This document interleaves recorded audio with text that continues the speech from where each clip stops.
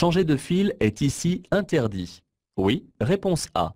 Non, réponse B.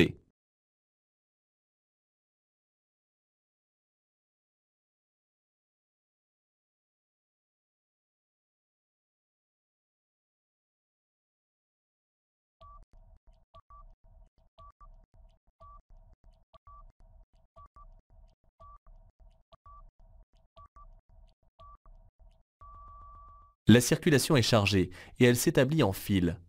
Il est alors interdit de changer de fil, sauf si l'on change de direction, ce qui n'est pas ici le cas. Je reste dans la file de droite. Sauf indication contraire, la vitesse sera maintenant limitée à 80 km/h. Réponse A. 90 km/h. Réponse B. 100 km/h. Réponse C. 110 km/h. Réponse D.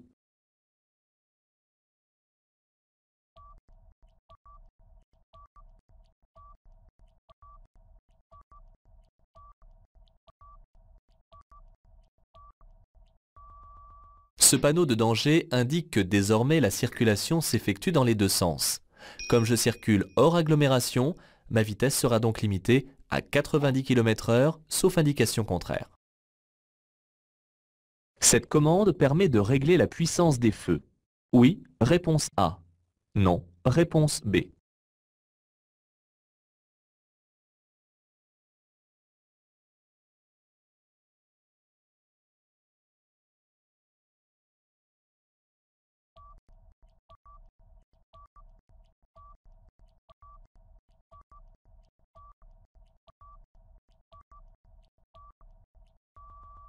Cette commande permet de régler la hauteur du faisceau lumineux afin de ne pas éblouir les autres usagers que je suis ou qui arrivent en face.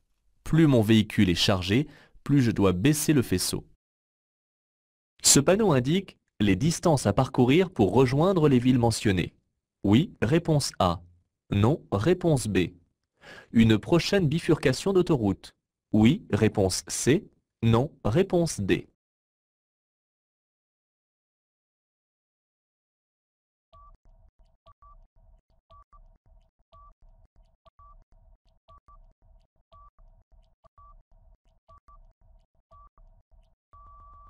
Ces panneaux de confirmation indiquent que je circule actuellement sur l'autoroute A8. Ils précisent également les distances restant à parcourir pour rejoindre les villes mentionnées. Le fait que les directions soient sur deux registres indique une prochaine bifurcation d'autoroute. Je serai averti sur la proximité un peu plus loin par un panneau de bifurcation. Le vent est faible. Oui, réponse A. Non, réponse B. Il vient de face. Oui, réponse C. Non, réponse D.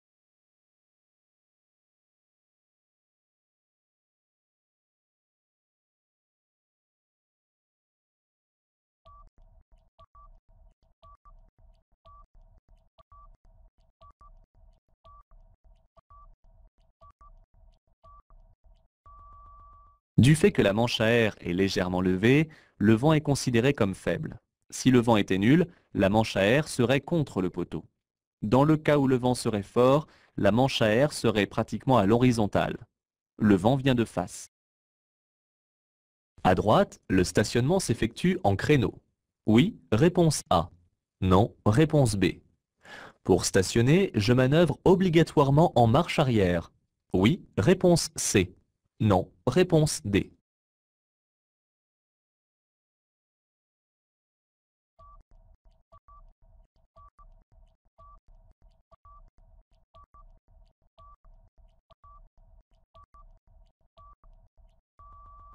Les véhicules à ma droite sont stationnés parallèlement à la route. Le stationnement s'effectue donc en créneau.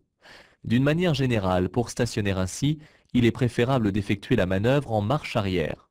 Cependant, dans cette situation, il y a suffisamment de place entre les deux véhicules pour effectuer la manœuvre en marche avant d'une seule traite. Si je refuse de payer le montant du péage, je risque une perte d'un point sur mon permis de conduire. Réponse A. Une amende. Réponse B. L'immobilisation de mon véhicule. Réponse C.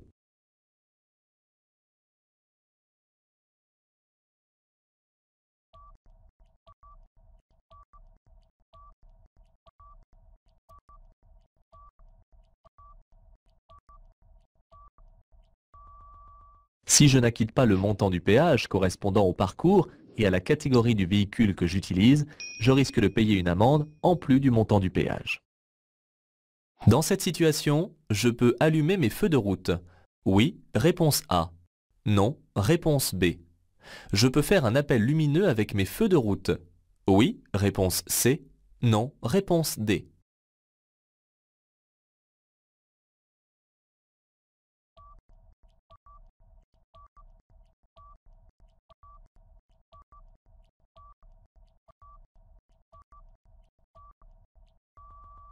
La nuit, en agglomération éclairée, l'usage des feux de route est interdit. Il est toutefois autorisé de faire un bref appel lumineux avec les feux de route pour avertir un usager de ma présence, comme ici.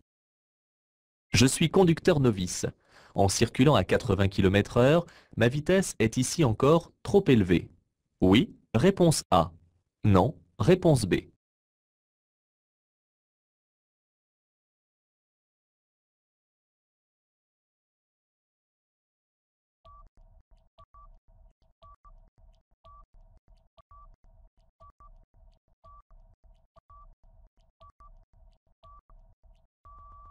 Je circule hors agglomération et selon la réglementation générale, la vitesse est limitée à 90 km/h pour les conducteurs expérimentés et à 80 km/h pour les conducteurs novices. Cependant, je vais aborder une zone de travaux, comme me l'indique le panneau à ma droite. Comme je ne connais pas l'ampleur de ces travaux, je dois donc adapter mon allure à mon environnement. Dans ce cas, 80 km/h est certainement une vitesse excessive. À 150 mètres, je vais éventuellement devoir utiliser le frein par intermittence. Réponse A. Utiliser la pédale de frein en continu. Réponse B. Rétrograder d'un rapport de vitesse. Réponse C.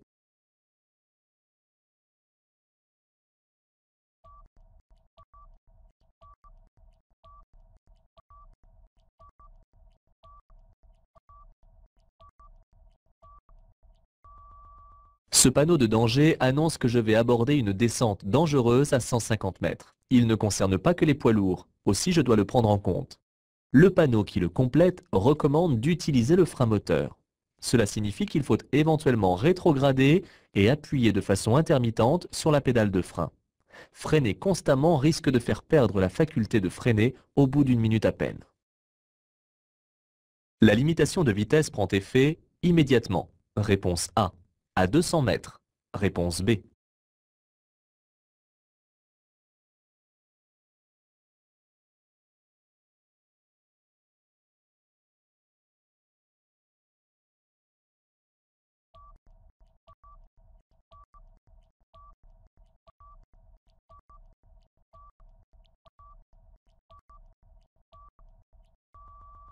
Lorsqu'un panonceau est commun à un panneau de prescription et à un panneau de danger, il est alors placé sous le panneau de prescription et il est valable pour les deux.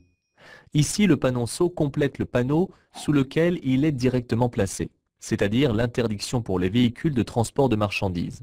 La vitesse sera donc immédiatement limitée à 50 km/h. Dans cette situation, je m'arrête. Réponse A. Je ralentis. Réponse B.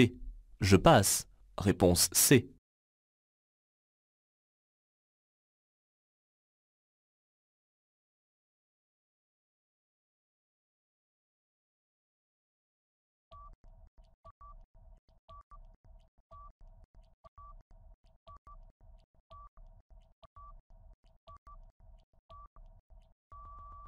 Ce feu jaune, clignotant, remplace le feu vert.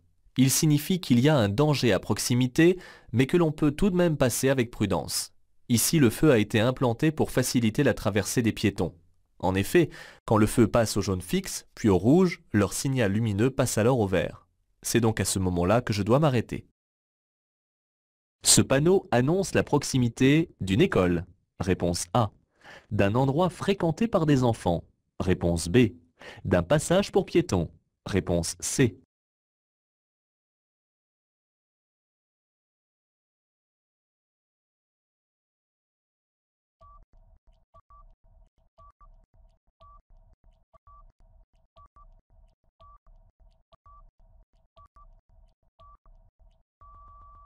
Ce panneau de danger annonce un passage pour piétons à 150 mètres.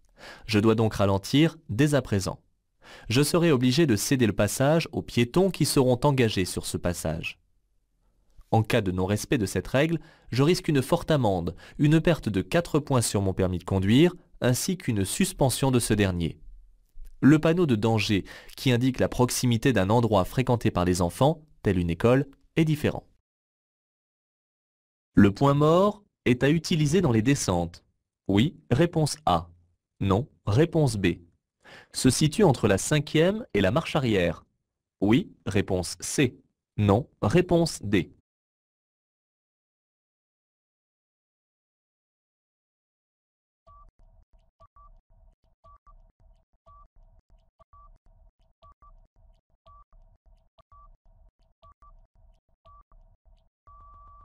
Lorsque je suis au point mort, aucune vitesse n'est enclenchée, le moteur tourne alors sans entraîner les roues. Le point mort est donc à positionner lorsque le véhicule est complètement à l'arrêt, mais jamais en roulant. Il se situe entre la troisième et la quatrième vitesse. Pour vérifier que je suis bien au point mort, je dois exercer une légère pression sur le levier vers la droite et vers la gauche afin de sentir le ressort. Je quitte une zone où le stationnement était illimité. Réponse A. À alternance semi-mensuelle. Réponse B. Payant. Réponse C. Interdit. Réponse D.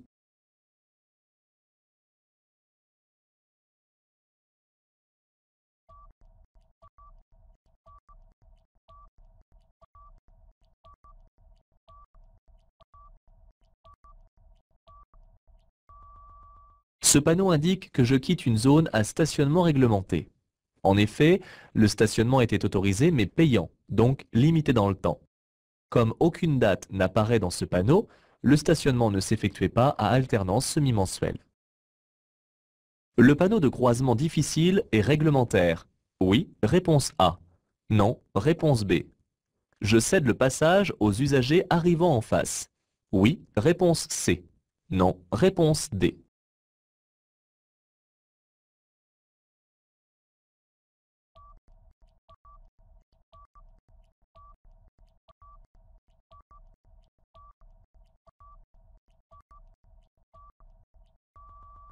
On rencontre parfois des curiosités. Ce panneau est placé à l'envers par des techniciens qui n'avaient peut-être pas le panneau correspondant. J'ai donc tout intérêt à rester très attentif, car en face, il y a probablement le panneau indiquant que je dois pour ma part céder le passage. Je me comporte donc comme si je devais céder le passage. Je peux dépasser ce cycliste si je laisse un intervalle latéral de sécurité d'au moins 1 mètre. Oui, réponse A. Non, réponse B. 1,50 m. Oui, réponse C.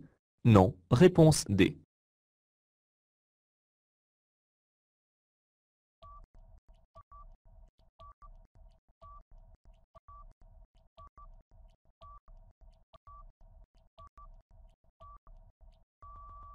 La ligne axiale est une ligne de dissuasion. Elle autorise le dépassement des véhicules à allure lente. Pour dépasser ce cycliste, je devrais donc laisser au minimum un intervalle de sécurité de 1,50 m puisque je circule hors agglomération. J'aborde un sommet de côte, mais l'espace et la visibilité sont encore suffisants pour pouvoir envisager son dépassement. Je dois céder le passage aux véhicules de police. À tout moment. Réponse A. Uniquement lorsqu'ils utilisent leurs avertisseurs sonores et lumineux.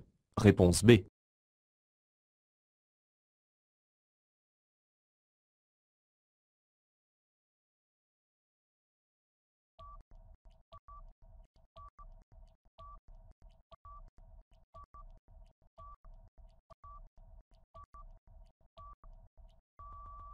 Les véhicules de police font partie des véhicules dits prioritaires, tout comme ceux de la gendarmerie, des pompiers, du SAMU et du SMUR.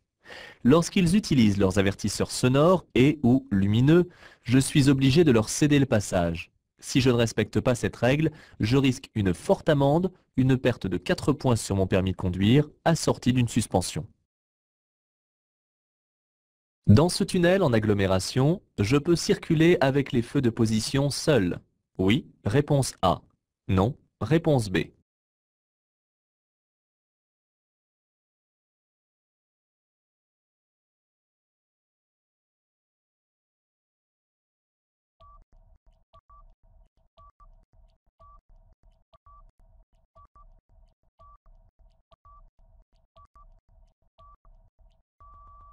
Bien que le tunnel soit éclairé, je dois toujours circuler avec les feux allumés, de façon à être bien visible des autres usagers. Ici, je circule dans un tunnel en agglomération. Je peux donc utiliser les feux de position seuls. Cependant, il est toutefois préférable d'utiliser les feux de croisement car ceux-ci sont plus puissants. La signalisation indique un risque de chute de pierre à 1000 mètres. Oui, réponse A. Non, réponse B. Une obligation d'allumer les feux. Oui, réponse C. Non, réponse D.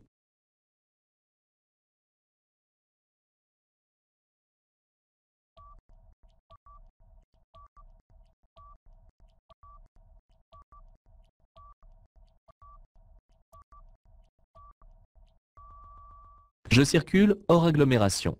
Les deux panneaux triangulaires annoncent donc des dangers à 150 mètres. Le premier panneau nous avertit qu'il y aura un risque de chute de pierre sur une distance totale de 1000 mètres. Le second, que deux tunnels se suivent. Il n'y a ici aucun panneau d'obligation. Cependant, lorsque je circule dans un tunnel, qu'il soit ou non éclairé, je suis obligé d'allumer mes feux afin d'être mieux vu des autres usagers. Pour activer les essuie-glaces arrière, je dois monter la manette. Réponse A. Tourner le bout de la manette. Réponse B.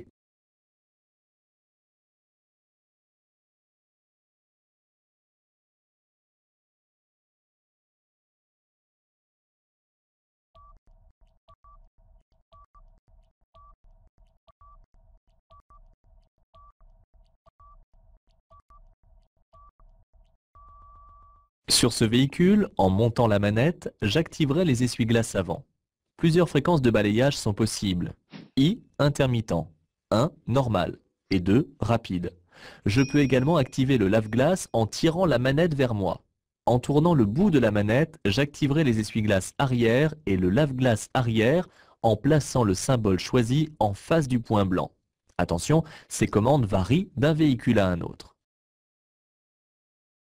Ce panneau indique une bifurcation d'autoroute. Réponse A. Une sortie d'autoroute. Réponse B.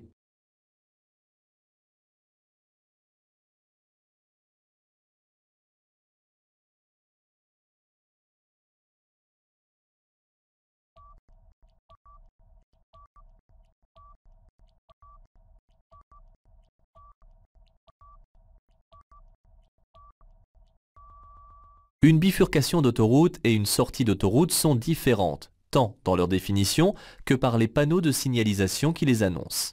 Une bifurcation, annoncée par un panneau à fond bleu, est une division de l'autoroute en deux branches, constituant chacune une autoroute. Une sortie d'autoroute permet de quitter l'autoroute et de circuler à nouveau sur une route nationale ou départementale. Elle est toujours indiquée par un panneau à fond blanc.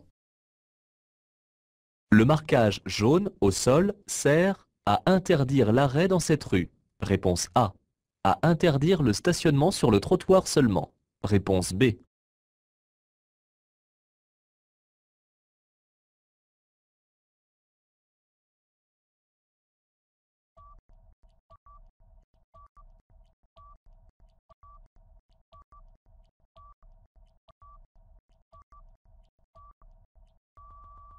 La ligne jaune continue, de part et d'autre de cette rue, interdit l'arrêt et le stationnement des véhicules. Elle complète ou remplace le panneau d'arrêt interdit. Dans cette situation, j'ai la priorité de passage.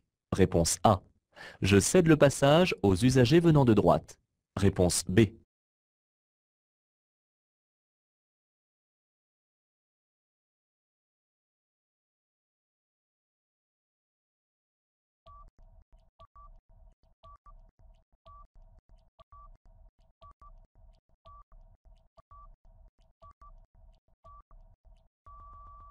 On n'a jamais la priorité de passage. Il s'agit toujours d'un usager qui doit céder le passage à un autre usager.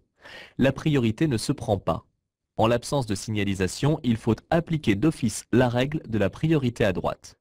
C'est ici le cas, car aucun panneau et aucun marquage au sol n'indique la règle de passage à appliquer à cette intersection.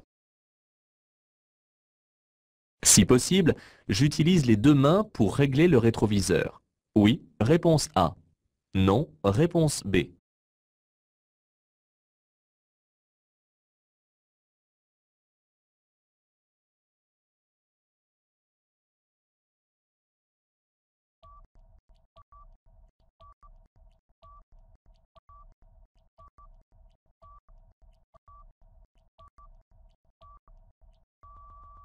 Afin de bien régler le rétroviseur, il est beaucoup plus aisé de saisir celui-ci comme sur la photo, avec les deux mains et sans poser ses doigts sur la glace. Si l'on est de petite taille, le rétroviseur sera réglé par petites touches. La vitesse est ici limitée à 50 km/h. Je peux continuer le dépassement. Oui, réponse A. Non, réponse B.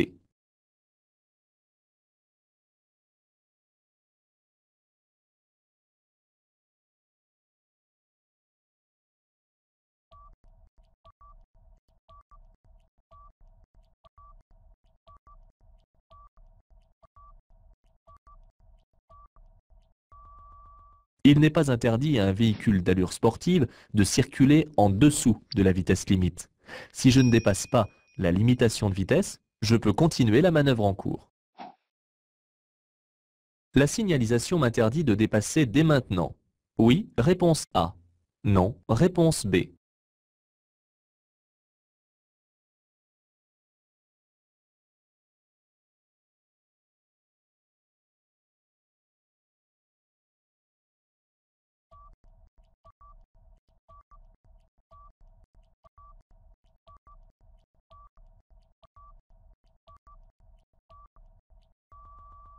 Le panneau temporaire indique qu'à 600 mètres, le nombre de voies sera réduit. Il n'en restera donc qu'une seule. Sachant que pour effectuer un dépassement complet, il faut environ 10 secondes en circulant à 130 km/h, il me faudra moins de 400 mètres pour dépasser un véhicule et me rabattre. À partir de 400 mètres, je m'interdis d'entamer un dépassement, surtout du fait que la vitesse sera alors elle aussi réduite. Je devrais obligatoirement marquer l'arrêt. Oui, réponse A. Non, réponse B. Céder le passage aux usagers venant de gauche. Oui, réponse C. Non, réponse D.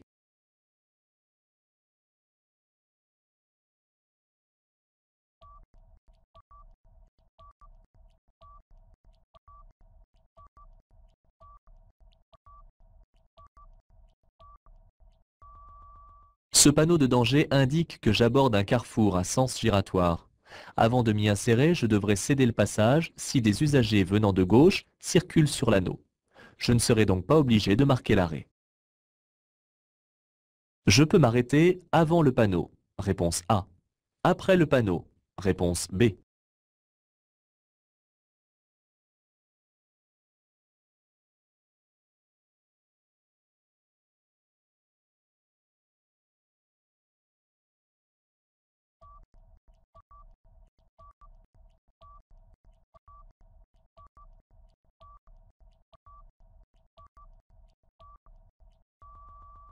Ce panneau de prescription interdit l'arrêt et le stationnement des véhicules.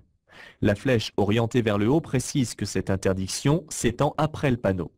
Sauf indication contraire, elle sera valable jusqu'à la prochaine intersection. Je peux donc m'arrêter avant le panneau, mais en prenant soin de ne pas cacher la signalisation aux autres usagers. Pour faire des économies de carburant, il est préférable de placer les bagages dans le coffre. Réponse A. Sur une galerie fixée sur le toit du véhicule. Réponse B.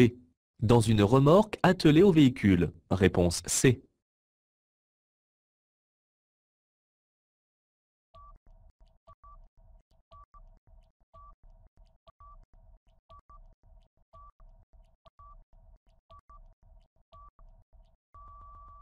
Une galerie, même vide, présente une résistance à la pénétration dans l'air.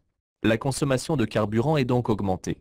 Aussi, si je dois transporter des objets, je les place de préférence dans le coffre ou dans une remorque attelée au véhicule. Cependant, j'évite de laisser inutilement des objets dans le coffre, car cela augmente également la consommation de carburant.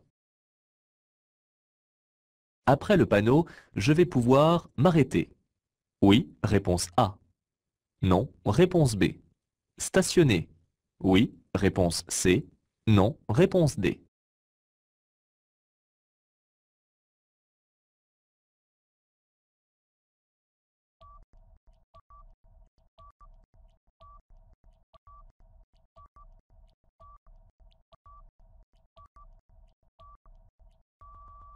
Ce panneau de prescription interdit uniquement le stationnement des véhicules. Cependant, en m'arrêtant ici, je gênerai les usagers qui me suivent, car ils ne pourraient pas alors me dépasser. En effet, la ligne axiale continue est infranchissable. Pour le moment, je dois donc continuer à circuler. Je pourrai m'arrêter plus loin quand la signalisation me le permettra. Je dois laisser 1 mètre au moins de distance latérale avec le cycliste. Oui, réponse A. Non, réponse B. J'ai la place pour le dépasser. Oui, réponse C. Non, réponse D.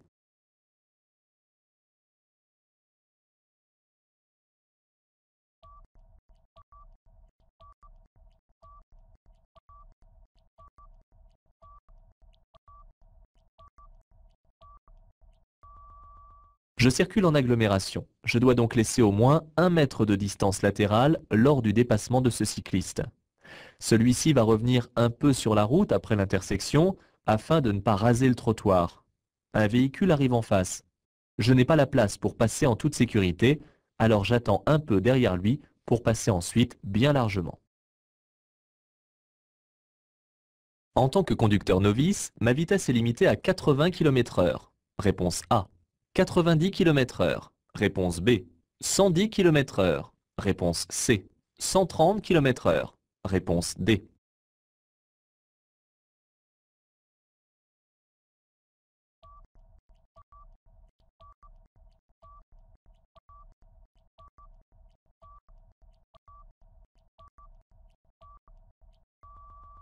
Attendez d'être sur l'autoroute avant d'accélérer. Pour le moment, je circule sur une route hors agglomération, ma vitesse est donc limitée à 80 km/h.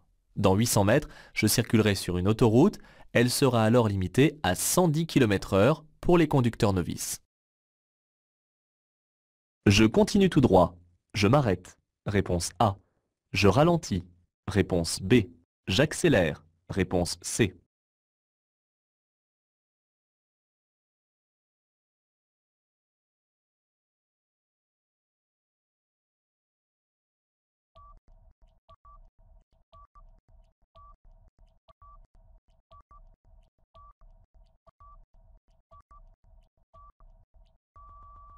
J'aborde une intersection. Je dois donc ralentir même si j'ai actuellement la priorité de passage. Je n'ai pas à m'arrêter dans l'immédiat, cependant, comme je ne sais pas depuis combien de temps le feu est vert, je prévois que d'un instant à l'autre, il puisse passer à l'orange. Si c'est le cas, comme aucun usager ne me suit, je pourrai alors m'arrêter à temps et en toute sécurité. Je peux laisser passer le véhicule blanc. Oui, réponse A. Non, réponse B.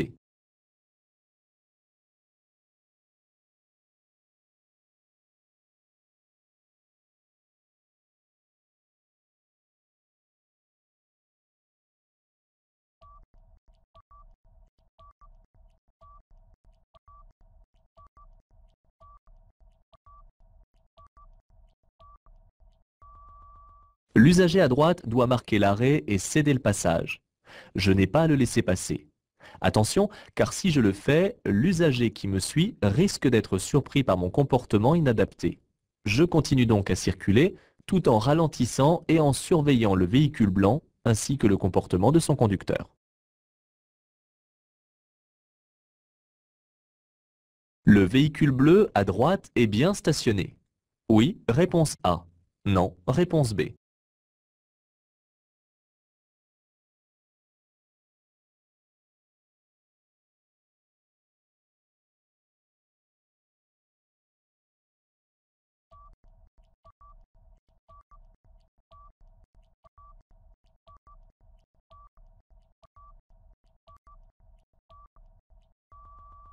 L'interdiction de stationner commence à partir du panneau de prescription et le véhicule bleu est positionné avant ce panneau. Cependant, son conducteur est en infraction car, sauf indication contraire, il est interdit de stationner sur le trottoir, cet espace étant réservé aux piétons. Apparemment, le stationnement s'effectue à gauche dans une rue à sens unique. Je devrais céder le passage à droite à la prochaine intersection. Oui, réponse A. Non, réponse B.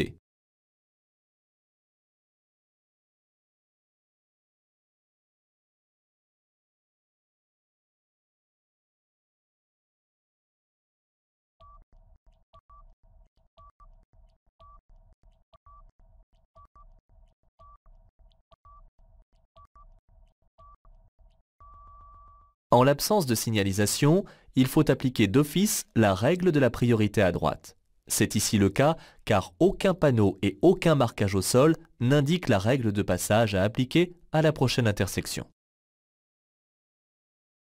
Si je ne marque pas l'arrêt, je risque une perte sur mon permis de conduire de 2 points, réponse A, de 4 points, réponse B.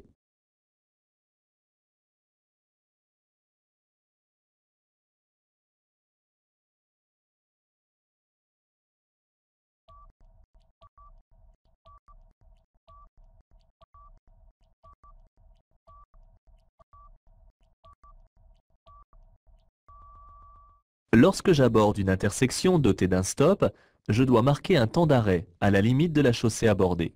Je dois ensuite céder le passage aux véhicules circulant sur l'autre route et ne m'y engager qu'après m'être assuré que je peux le faire sans danger. Si je ne respecte pas cette règle, je risque une très forte amende, une perte de 4 points sur mon permis de conduire, ainsi qu'une suspension de ce dernier. Dans cette situation de dépassement, je peux réduire la distance de 2 secondes derrière ce véhicule. Oui, réponse A. Non, réponse B.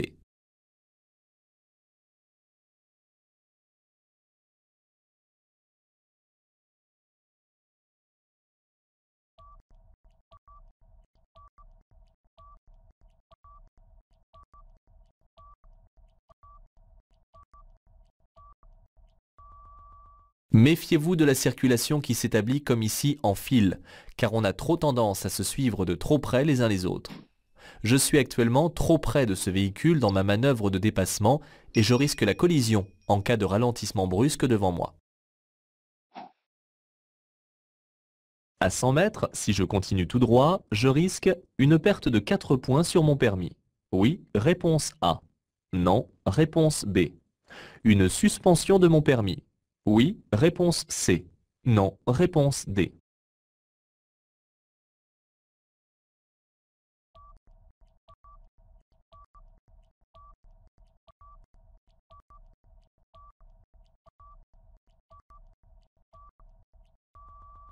À 100 mètres, j'aborderai une rue en sens interdit.